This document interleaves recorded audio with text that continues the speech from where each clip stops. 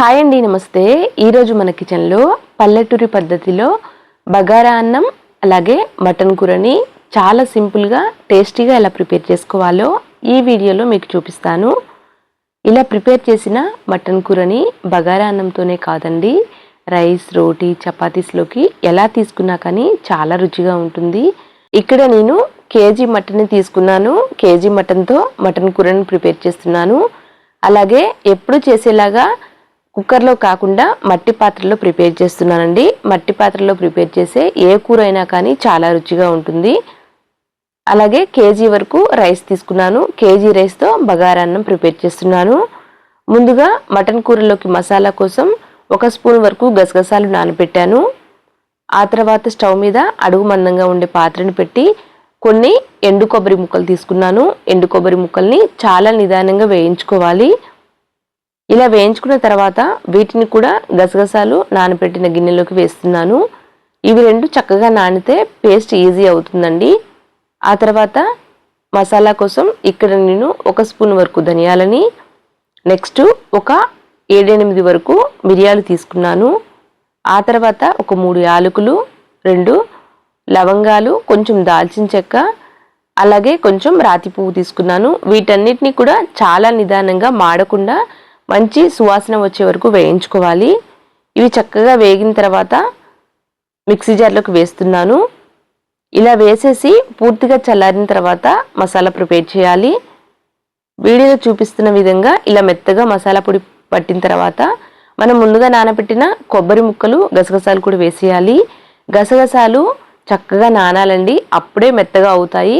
మెత్తగా అవ్వకుండా ఏమాత్రం పలుకున్నా అస్సలు బాగోవు కాబట్టి చాలా మెత్తగా మిక్సీ పట్టుకోవాలి.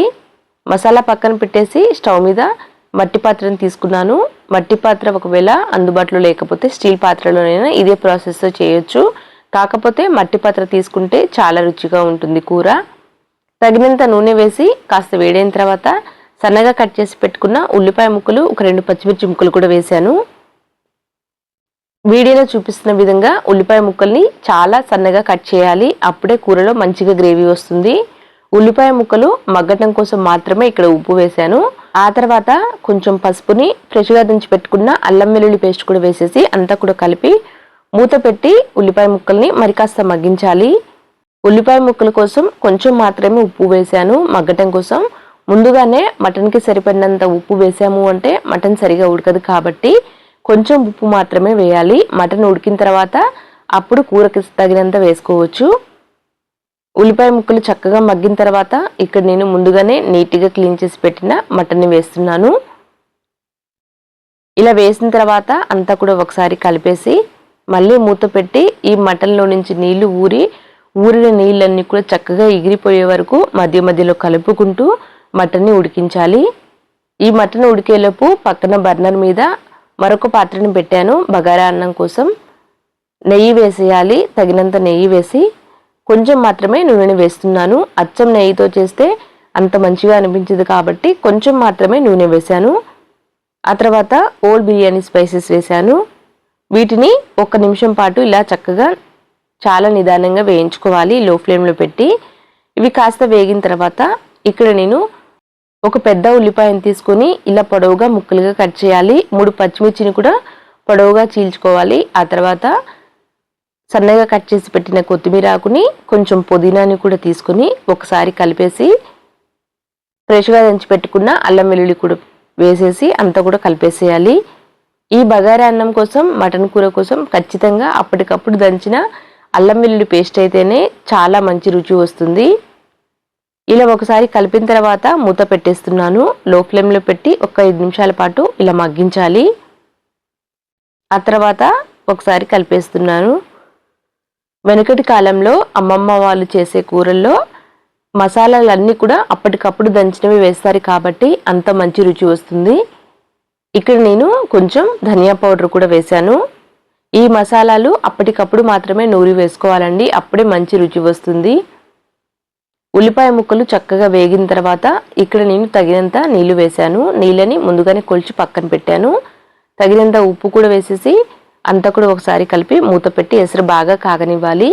ఇక్కడ నేను 1 గ్లాస్ బియ్యానికి 1.5 గ్లాస్ నీళ్ళ చొప్పున కొలిచి తీసుకున్నానండి. 4 గ్లాసుల బియ్యానికి 6 గ్లాసుల నీళ్లు తీసుకున్నాను.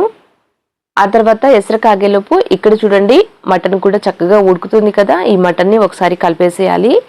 మధ్య మధ్యలో అడుగు పట్టేయకుండా కలుపుకుంటూ ఉండాలండి. ఈ నీళ్లు మరి కాస్త ఎగిరిపోయే వరకు ఉడికించాలి కాబట్టి మూత పెట్టి మళ్ళీ ఉడికిస్తున్నాను. ఈలోపు ఎసరు బాగా కాగింది కదా. ఇలా ఎసరు వచ్చిన తర్వాత బియ్యం వేస్తున్నాను. బియ్యాన్ని ఒక హాఫ్ అన్ అవర్ పాటు నానబెట్టి ఉంచుకోవాలి.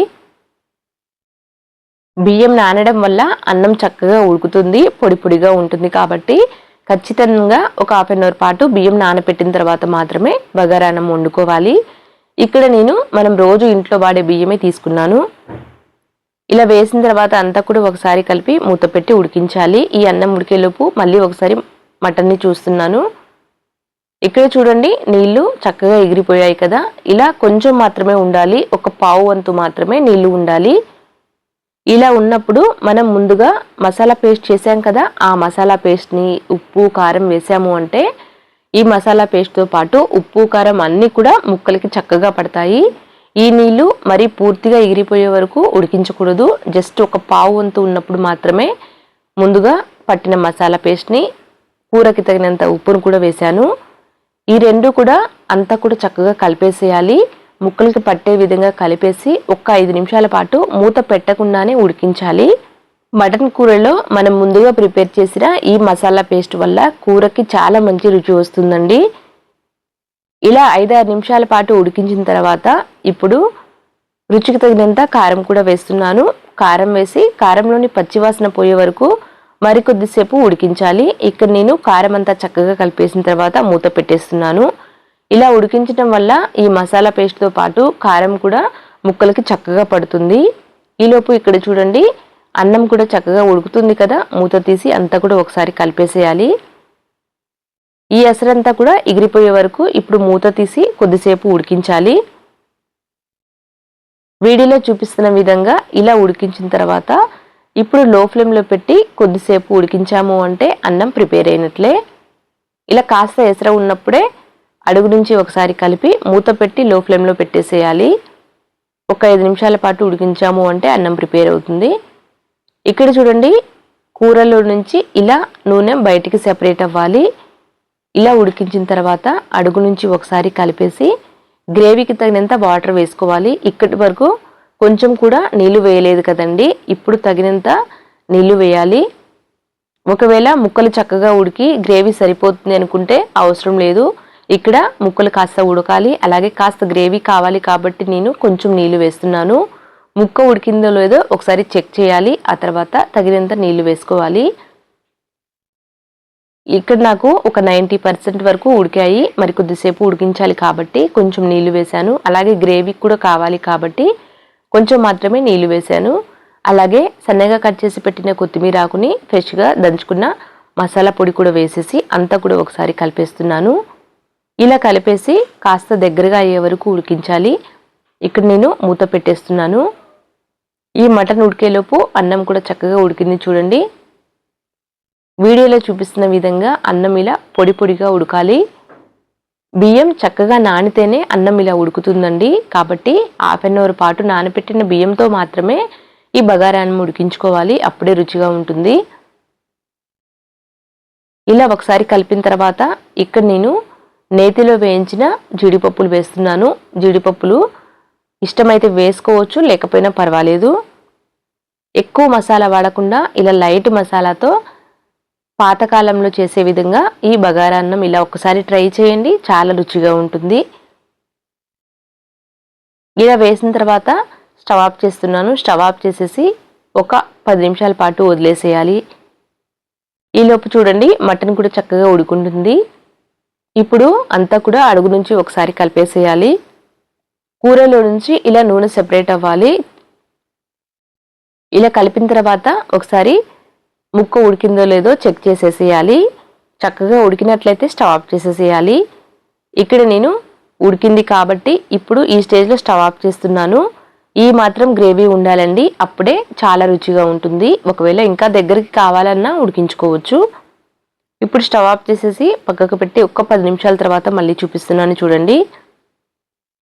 అన్నంతో పాటు కూర కూడా చాలా బాగా కుదిరాయి. వెనకటి కాలంలో వేసే బేసిక్ మసాలాతో ఈ కూర ఒక్కసారి ట్రై చేయండి, తప్పకుండా అందరికీ నచ్చుతుంది. మట్టి పాత్రలో ప్రిపేర్ చేస్తే కూరకి మంచి రుచి వస్తుందండి. ఎప్పుడు చేసే విధంగా కుక్కర్లో కాకుండా ఇలా ఒకసారి ట్రై చేయండి, చాలా రుచిగా ఉంటుంది. పెద్దవాళ్ళతో పాటు పిల్లలు కూడా ఇష్టంగా తింటారు. ఇలా ప్రిపేర్ చేసిన ఈ మటన్ కూరని బగారా అన్నంతోనే కాదండి, నార్మల్ అన్నంతో అలాగే రోటీ చపాతీ ఎలా తీసుకున్నా కానీ చాలా రుచిగా ఉంటుంది. అంతే అండి. Thank you for watching.